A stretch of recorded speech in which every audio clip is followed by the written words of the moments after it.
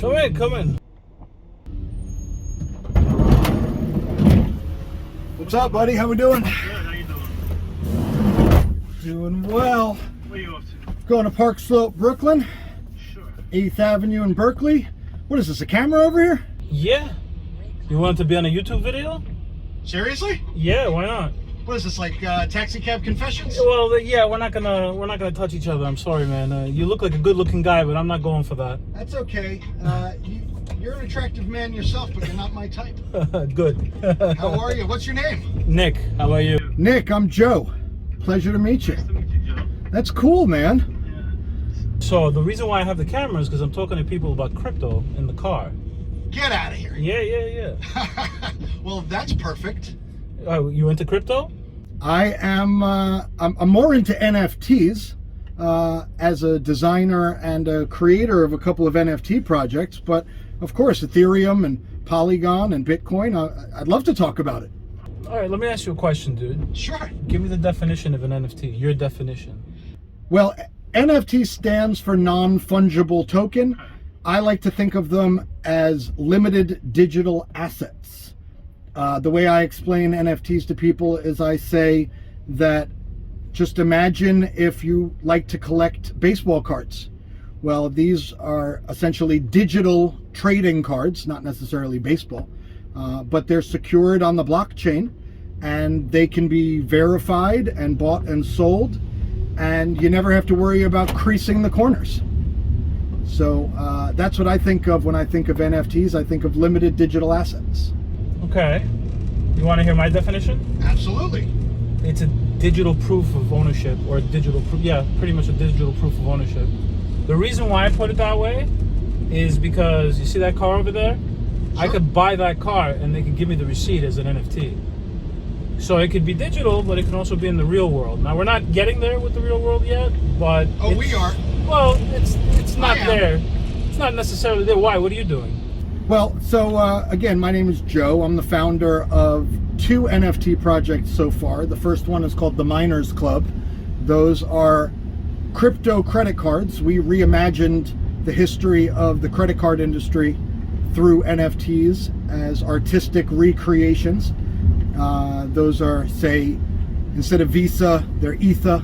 Instead of American Express, it's American Access. MasterCard is MasterCode. And we have a whole Genesis collection, if you will, on the Ethereum blockchain called the Miners Club.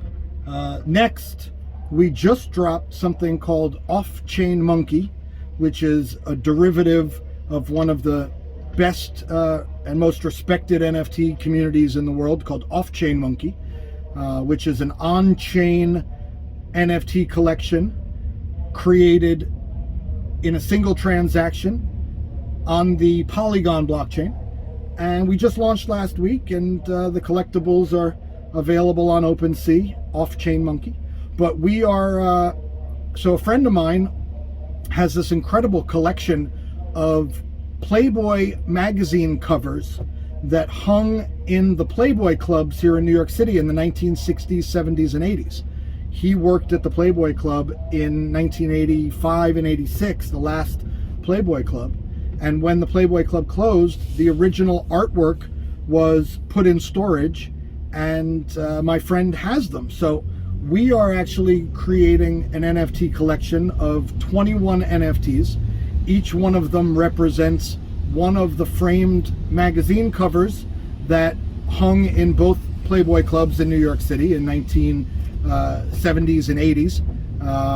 And when you buy the NFT, you can either trade the NFT or you can request for the actual framed cover that hung in the Playboy clubs to be shipped to you, and you get the actual collectible in your house. So physical meets NFT world, we're doing it, and I definitely think that is a big part of the future of collectibles. All right, that's a lot. You just threw a lot of information at me, dude.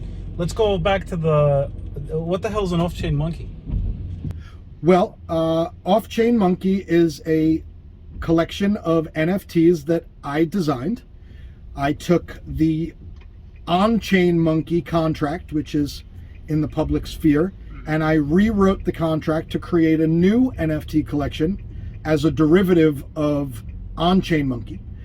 And it functions the same way, except it's not on Ethereum, it's on the Polygon blockchain, which means there's no fees for buying and selling. So it's 10,000 monkeys created through the computer code, and each one of them is unique, and they're fun collectibles for anybody that's looking to get into the NFT space for not too much money. So wait a second. Let me just ask you a couple questions here. So first of all, Sure. Do you own an on-chain monkey? Because I own an on-chain monkey, and it's not right to make derivatives of projects if you don't own the original. I own 2 on-chain monkeys and 2 desserts. I minted both of my on-chain monkeys the day that it came out, which was about 6 months ago tomorrow, I think. And I've never listed either of my on-chain monkeys. So I've been a member of the Discord since the first day. Yeah, I am a member of the on-chain monkey community, and I thought that if anybody was going to make a derivative, it should be a member of the community, just like you said. Yeah, it should be somebody that owns the original. Exactly. Okay. What are your plans with your off-chain monkeys? My off-chain monkeys? I'm trying to spread the word about on-chain NFTs and generative digital art. Trying to help people understand on-chain NFTs and give them an opportunity to own an on-chain NFT that is in honor of on-chain monkey, and participate in doing good. On-chain monkey and MetaGood are all about doing good for the world, and I'm a big believer in giving back. So 30% of any revenue that we get off of royalties will go to on-chain monkey and on-chain monkey associated charities, and the rest of the money will go towards building more projects and giving more value and utility to the community and to the owners of Miners Club and Off-Chain Monkey. So did you take the same route and mint them for free for like you minted them in one transaction, you're minting them? Launched in a single transaction. We put up a mint page. For the first 24 hours, only owners of On-Chain Monkey and my original collection, Miners Club, were able to access the mint page. It was completely free. And after the first 24 hours, where it was only for the On-Chain Monkey and Miners Club communities, I opened it up to the public, and we minted out in about 24 to 36 hours after that happened. So, yeah. Okay. So, all right, out of curiosity now, I'll tell you what dessert I got, but what desserts did you get? You got 2. I got 2 pops. I did not get, Oh. I didn't get a donut. I was very upset. You're going to hate me. You got 2 donuts? I only have 1. I got a donut. Oh, okay. I got a donut, though. Well, it was 55% pops and 45% donuts. I rolled 2 pops. I can't believe it. Okay. But it is what it is. That was a crazy airdrop. That was fantastic. So, you're a dev, right? I develop smart chain contracts, yes. Okay. So I'm gonna ask you a couple of questions now. Sure. People are under the assumption that a lot of NFTs are on chain, where they're really not. Like Bored Apes Yacht Club is just an IPFS, I believe. Not anymore. I believe they paid for their art to be uploaded to the chain. Really? I believe so. I'm not. Okay. Please don't. Folks out there, don't quote me on that. I might be wrong. I'm not a member of the Bored Ape Yacht Club. So, all right. So then, okay, I did not know that. So then, the majority of NFTs. The majority of NFTs are not on chain. That's correct. Yeah. So it's just metadata pointing to a picture on a server. That's correct. It's pointing to an IPFS, which stands for Interplanetary File Service, which is a distributed network of servers that hold the data for NFTs on the blockchain and other things. But you're right. It can be changed. It can be destroyed. Owning an on-chain NFT means that nobody can ever change or destroy the artwork attached with your on-chain NFT. So, all right. So, what part of an NFT is non-fungible in your opinion? What part is non-fungible?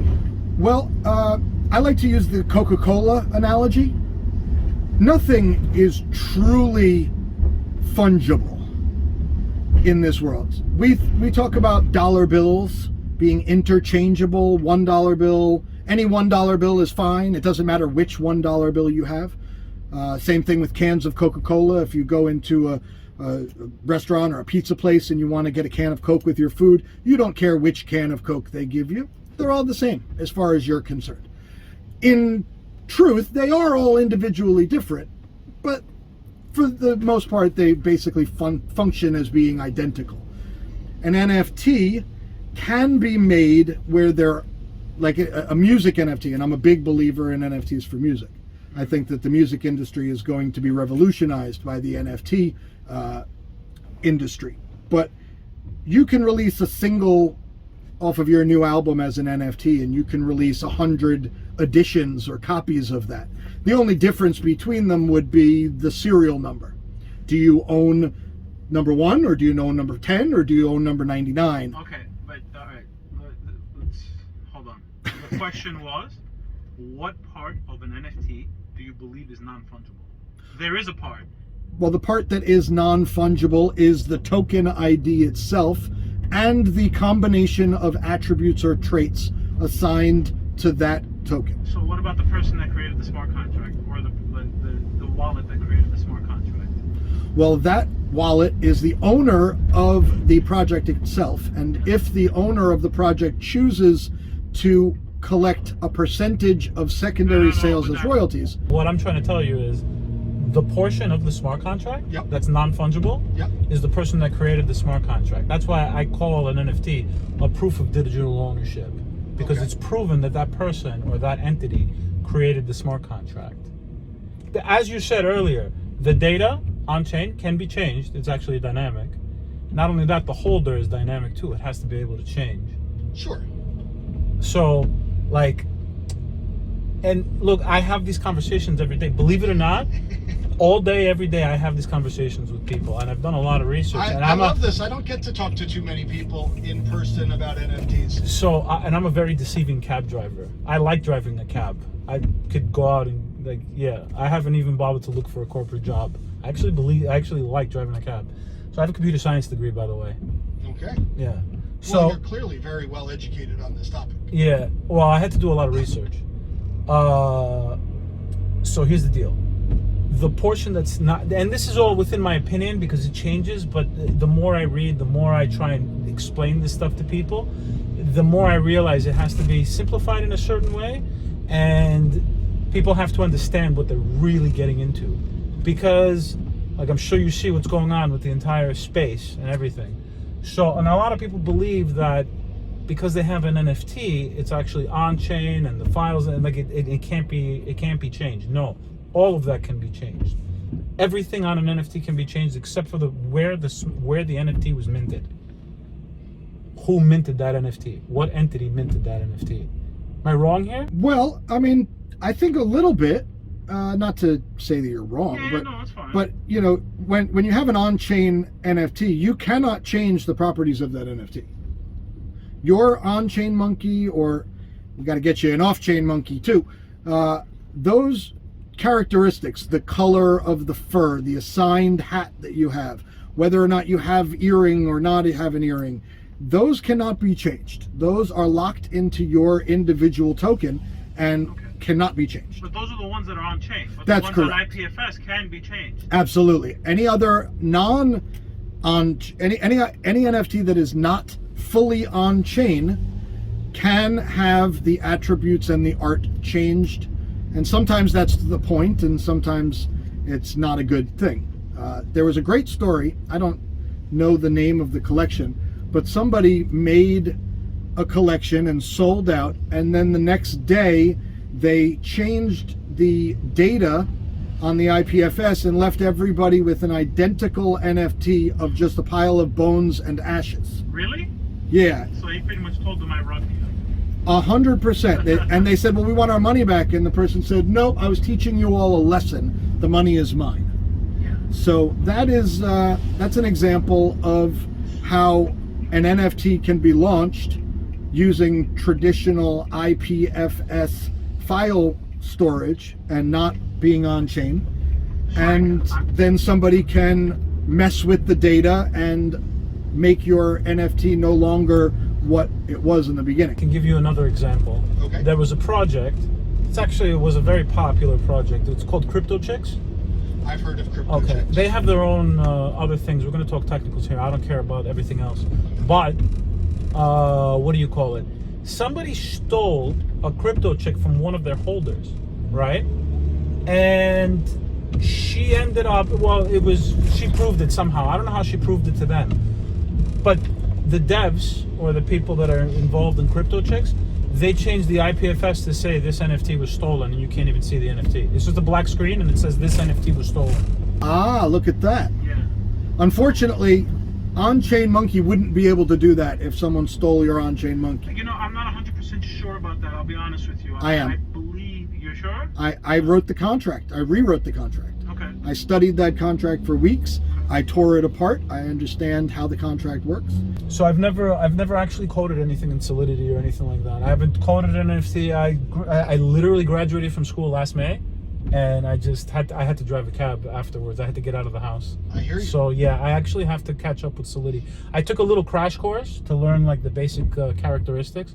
Once I learned the characteristics, I'm like, all right, it does this and that, and yeah. Do you have any idea how powerful it is that they're dynamic, that the fact that you can change the data actually? Well, 95%, I would say, of major projects utilize this in a fundamental way from the outset. Most NFTs, when they launch, they do something called a reveal. What that means is they launch the token and you mint blindly, not knowing which attributes your token is going to have. Then once it sells out, they change the temporary file for the reveal, and then they show you your actual artwork and the actual metadata. So that goes on in every project that is not an on-chain generative project as part of their standard operating procedure. They put out a GIF or a placeholder image, and then once the project sells out, they then upload the real art and the real metadata to the IPFS, and they tell everybody, go into your OpenSea account, go to your NFT and refresh the metadata, and that will dial into the IPFS and will update and show you your NFT artwork, and the properties will pop up on OpenSea and tell you how rare your traits are, etc.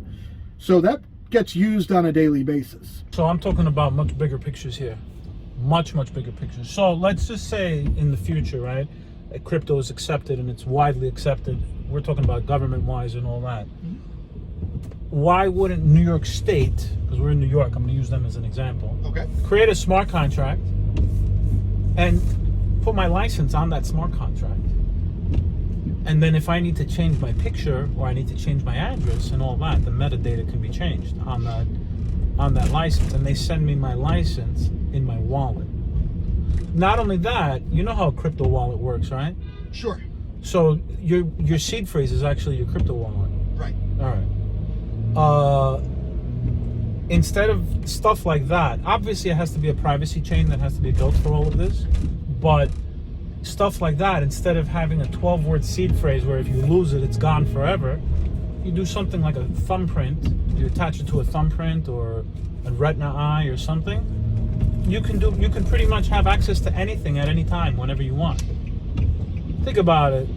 You don't think that these things are possible in the future? I believe they are all possible, and I believe that all of these things will happen. I am a huge proponent in blockchain technology, and right now the buzzword in NFTs is we are early, but I really don't think that most people realize how early we are. We're a little too early. We are still in the 1 to 2% adoption metric. They say that the first 17 to 18% of adopters of any new technology are early adopters. So we are still not even a tenth of the way to the completion of the early adoption phase. Mass adoption comes somewhere between 45 and 55% of the available marketplace, which I think is coming in the next 3 to 5 years. But I don't think that people realize exactly how far in the how deep in the infancy that we are right now when it comes to NFTs. And you hear about it every day. I've seen people saying that they think that the bull run is over because Google search activity for the term NFT and crypto wallet and things like that has been going down in the last few months. I think that we're just reaching the point where the majority of people understand what an NFT is.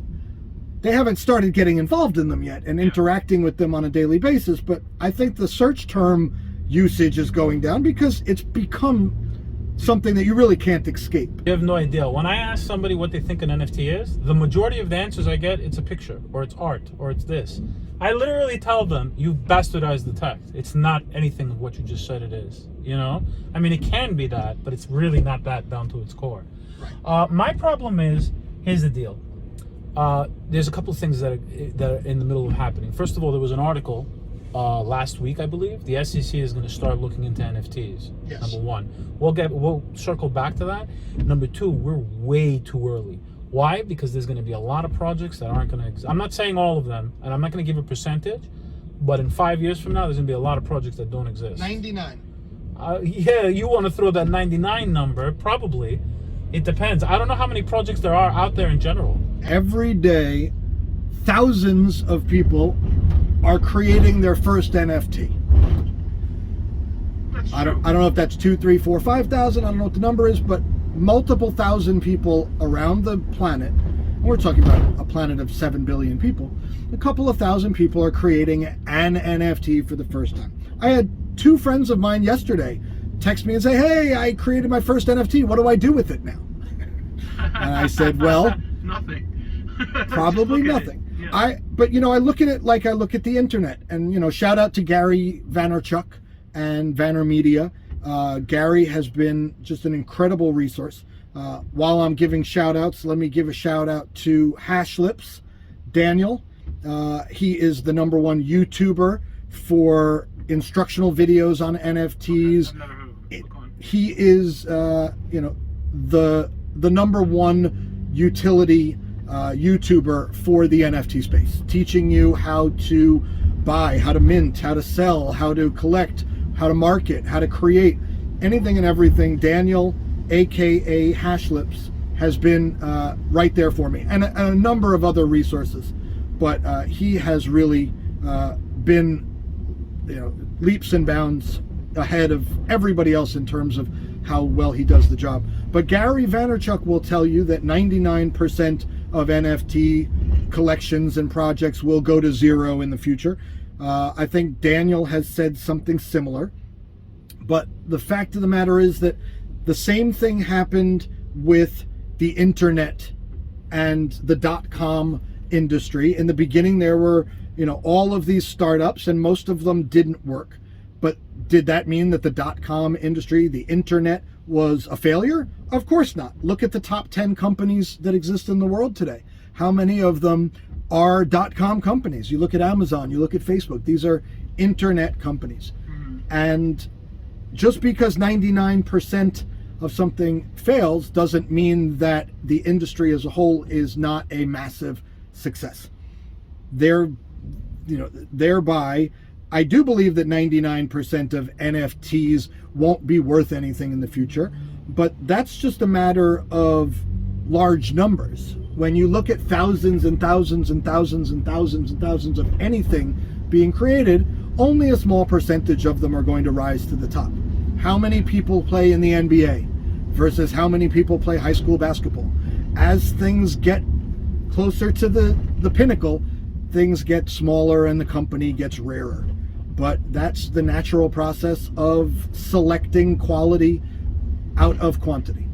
Okay, so now let's circle back to the first thing I wanted to say about the first thing I mentioned about the SEC cracking down on NFTs. I think it's a good thing. It is, and this is why, I look at projects and their roadmaps. So let me tell you my story about On-Chain Monkey, how I got into On-Chain Monkeys. Okay. First of all, I had heard about the project, I read about it, and I never really pulled the trigger. And I was in a room, in a space, a Twitter space, with and somebody else was in there, and I asked them, "Did you buy this NFT?" And they're like, "No, I think it's a little overhyped." I'm like, "Look, I have Ethereum right now. It was right after the New Year, dude.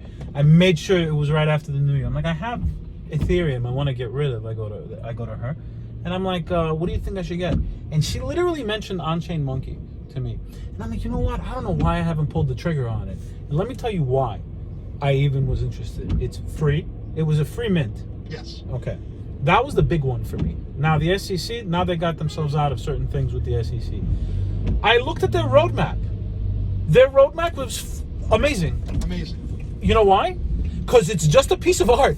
It doesn't say anything. Yeah, it says DAO. There's nothing on there. I'm like, and then I looked at the team and I'm like, you know what? These guys aren't going to rug me. And No, the team is unbelievable. Yeah, they're Danny great. Yang and Amanda Terry and Bill Ty, and of course they've brought on a huge team in the last 6 months. They're dropping their new Karma second collection. Isn't the Karma coming out at the end of the month? That I'm not sure. I think it's coming out at the end of the month. Well, can't wait. And I think because we're holders, we're able to get a certain amount of them. I'm not even sure. I have to figure that out. I have no idea what's going on with that. Yeah, I have to look into that as well. What I understand is that we can burn our desserts to get Karmas 1-to-1 for our on-chain monkeys. The other one. The other collection. There's another 10K collection with Karmas. It's the coming same out. collection. This one is just going to be a 20K collection. Yeah, all right. So part of the 20K collection, I'm talking about the last 10K, because the first 10K, yeah, I get what you're saying.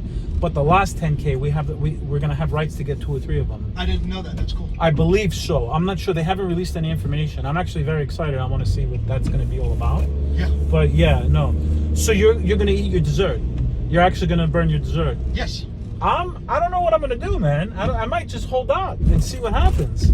I'm not kidding. Well, you know, I've seen other projects where the unburned token can skyrocket in value because it still has the randomness of what could come of it and the possibility for a rare, etc.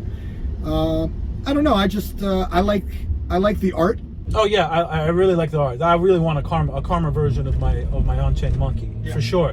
But I don't know. I'm thinking about holding out and just leaving it there. So I don't plan. When I bought that monkey, it's like a 5 to 10, maybe a lifetime plan. I don't plan on selling it, you know.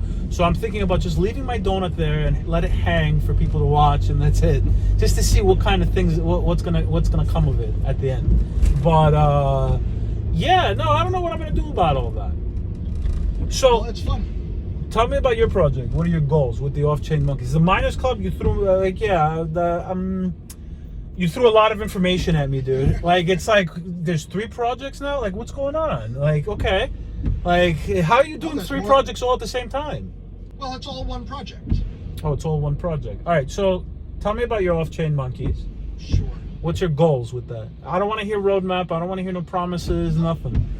My goal is simply to spread the word about on-chain art and hopefully grow the project and grow the holders until we reach a critical mass where people know about it, hear about it, and start wanting to pull the trigger to collect what I believe is the first authentic derivative of on-chain monkey. That's it. The more people know about it, the more people understand the technicality behind the contract, and I think ours are cute. I think you mentioned earlier you put it on Matic, correct? That's correct. It's on the Polygon Matic blockchain. So buying and selling is, you know, exactly the cost of what you're buying and selling. There's no Ethereum gas fees, which can be quite pricey and can certainly inhibit adoption. So that's it. You're just doing it as an art piece. There's nothing else going on with that project at all. Maybe you're going to come out. The Miners Club and the whole project overall is about creating a community both in the real world and in the metaverse, and throwing online and in real life events. I come from the events industry. I worked in restaurants, bars, and nightclubs here in New York, in Las Vegas, and Southern California for the better part of my adult life. And I was running Brooklyn Mirage, Avant Gardner, the largest nightclub complex here in New York, up until COVID. And when COVID shut down all nightclubs and restaurants and bars, I had some time on my hands. So as a writer and an artist, first I wrote a novel with my father that we published, and then we produced an audiobook, a full theatrical audiobook. That's called Fishbowl 45. Is that that's the audiobook? The novel and the audiobook. Fishbowl 45, The Unprecedented Parody. It's the story of Donald J. Fish and Mike Buck, president and vice president of a used car dealership in Queens, who collude with foreign officials using stolen documents to try to win the ultimate prize. the roadmaps and all that stuff. Have you seen any NFT projects? No, you don't have to mention them, but like mention like examples that have made you cringe. Don't mention the name of the project, but examples that have made you cringe. I mean, I'll be honest. After On-Chain Monkey launched, I went into developer and design mode and stopped buying all NFTs, minting for about 4 months. I developed the Miners Club cards. We hand created those. We didn't use layers and autogen. We manually created the NFTs ourselves, one by one. When you take a look at the Miners Club, you'll see it would have been very difficult to do it the other way, but it certainly wouldn't have come out as unique as this did. And then from there, I went into working on the Off-Chain Monkey contract. So to be honest, in the last 6 months, I haven't seen much in the way of cringe. I haven't been out there looking at all the new projects, except for the Kevins. What was that? Oh yeah, that was actually created by another On-Chain Monkey. The Kevin. There's a couple of Kevins going on. On-chain Kevins. On-chain. Shout out to On-Chain Kevins. Those are cool. They're a free mint. I don't know. I tried to mint a couple of them the other day. Was free. Now you gotta pay. But anyway. Oh well, whatever. I tried to mint some the other day. I'm not sure if the transaction failed or not, or if I have some of the On-Chain Kevins just for support. But no, the Kevin. The project that launched the term Kevin. I think it was the NFT Worlds thing. I don't remember what it was. Yeah, don't. I think it wasn't NFT Worlds. It NFT Worlds is good, but it was a really big project that minted for like I think 3 Ethereum or something. Or one. Ethereum each. They were supposed to be some sort of playable characters for NFT Worlds, and they stole somebody's GitHub repository of virtual landscapes, and they did a huge marketing buzz, and they sold 10,000 at roughly at the time I guess it was like $7,500 or $9,000 each, whatever the price of Ethereum was at 3 whole Ethereum coin per. They raised $70 million by selling out. $70 million, and then they released, they held back reveal for 3 weeks and gave people a bunch of excuses, and then finally revealed some of the worst looking artwork that anybody had ever seen.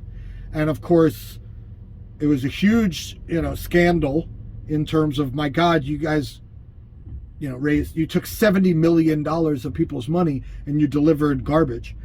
And then the owner came out and said they were going to devote $2 million, how generous of them, out of their $70 million, towards remaking the NFTs. They're going to hire somebody to remake the art for $2 million. And that to me is that's a disgrace. That's ludicrous. Yeah. That's a disgrace. First of all, charging something along the lines of $9,000 for an NFT is just insane. Anybody that bought that for a mint. Yeah, I mean, look, you want to go buy it. You want to go buy an On-Chain Monkey for $9,000, which is roughly 60%, 70% above the floor price right now, and you find a nice one that you like, a matching monkey, a naked monkey, a monkey with a rare attribute that really stands out that you like. Okay, that's perfectly viable. You want to go spend $250,000 on a Bored Ape Yacht Club? That's your prerogative. But to sell somebody on a lie, collect that much money for nothing, and then deliver crap, and then promise to take 5% or 3% of this, these millions of dollars that you raised, to hire somebody to do something that you should have done before you went ahead and sold something for $9,000. I just thought that was a tragedy. So that's about the only project. I don't remember the name of it. It had something to do with 3D models, and the one character that they created, the green looking one that was named Kevin. So because of that, 1,000 copies of Kevin were spawned, and Kevin was all you saw on the internet for a couple of days. And yeah, somebody from the On-Chain Monkey community created an on-chain collection of 2,000 CryptoPunk style art Kevin's. of green characters named Kevins with different styles. So, you know, that's how things go in this space. I'm just proud that I'm proud to have been a member of On-Chain Monkey from the beginning. I'm proud of the good that they're trying to do, and I'm proud that I was able to create what I think is a heartfelt, honest attempt to create a derivative that pays homage to the original in Off-Chain Monkey. And that's been my TED Talk. Thank you so much for picking me up and taking me on this ride. Yeah, no problem. Actually, I have a question. Sure. So you minted everything for free. You're giving them out for free too? Well, I minted a bunch because I didn't want to just have them all out in other people's hands and not be able to give some away and use them for marketing purposes. So along the way, we would mint 5 or 10 here, 5 or 10 there. Over the 3 days, we minted. Oh, you didn't do them all in one. You didn't do the mint all in one transaction? No. We allowed people to go in and mint for themselves. Okay. We didn't mint and then just put them up. Okay. We launched the contract. We developed a website. We launched the website, and you could go to the contract or the website and press a button and pay less than a penny in Matic for the transaction fee and mint blindly and get whatever you want. And you could mint, and it was just one per transaction. So if you wanted to mint a lot, you had to keep doing it and keep doing it. But we minted out. Right? Yeah. It's minted out. There's 9,500. We kept 500 in the contract for future charitable purposes, just like On-Chain Monkey does. Mm-hmm. If you look On-Chain Monkey, only 9,500 have been minted. The rest are held in the contract for future charity. And we did the same thing. So all 9,500 are out in private hands. We've got, I don't know how many, maybe $300, $400, $500 worth of secondary sales so far in the first week. And I still, of the ones that I minted along the way, I'm still holding about 175 in the marketing wallet that we're giving away. So how about this? If this is going up on YouTube, why don't you, if we have any left by the time this goes out, if anybody watching this video, I'll talk straight to the camera. If anybody watching this video would like an Off-Chain Monkey NFT, all you have to do is follow my man Nick here and subscribe to him. And in the comments, drop your Ethereum address, and we will go through and we will find your comments with Ethereum addresses, and we will send out to the viewers of NickDaGreek. We'll do, why don't we say 20 free Off-Chain Monkeys out to your followers. How's that sound? Thank you. Okay, cool. Awesome. Yeah. Guys, make sure you follow. Hold on a second. Now all of a sudden we got the cops. What's going on over here? And now this cab driver wants to try and be smart with me behind me. So yeah, you can follow us on guys, Twitter. We are what's OCM Gen Sister. So we are the sister project of On-Chain Monkey, which is known by OCM. So we are Off-Chain Monkey Generation Sister, and our Twitter handle is OCM Gen Sister. Just make sure you follow my buddy over here, Joe, right? I'm Joe. Yeah. So, and yeah, drop your Ethereum address in the comments. Do whatever you want to do. Listen to whatever he said. Let us know. Do you have a Twitter account? Of course. What's your Twitter account? So I have 2 of them. Okay. Tell the audience. I'm which gonna one put you- everything down on the bottom. We don't gotta tell anybody everything, guys. Okay. Just check the description down below, He knows. because nobody's gonna follow. Nobody's gonna be able to remember all that stuff, man. I'll be honest what with he's you. doing. So yeah, just we'll leave the rules down below. You guys just follow everything. It's just subscribe and follow, and make sure you follow him too. Don't just follow me. Don't just subscribe to me. Make sure you follow him too before you drop your Ethereum address. Thanks, guys. Nick. You know what? We'll do another 20 NFTs to people who follow us on Twitter at OCM Gen Sister. Follow us on Twitter. Leave your Ethereum address there, and we will send out 20 to the Twitter audience as well. Guys, give him a follow, shout him out on Twitter, and be like, hey, here's my Ethereum. Exactly. But make sure you tag him on Twitter so you can get your free ones. Awesome. This is cool, man. I can't wait to check. I'm gonna follow you on as soon as I get out of the car. I'll follow you on YouTube. All right, Joe, we're going to drop you off right here. It was This great. is it. Yep. Thank you very much, my This is your friend. stop. And yeah, Will follow me. Make sure you follow me on Twitter, Joe. I mean, we're sitting there telling people, but we don't even follow each other on Twitter. What's going on? Follow me on Twitter. You can follow me at OCM Gen Sister. That's it. So nice to meet you, Nick. Let's get this taken care of. Have a great day, everybody. Drive safe. Yeah, you better pay for the fare. Just because you're going to be on a YouTube channel doesn't mean you're not paying for the fare.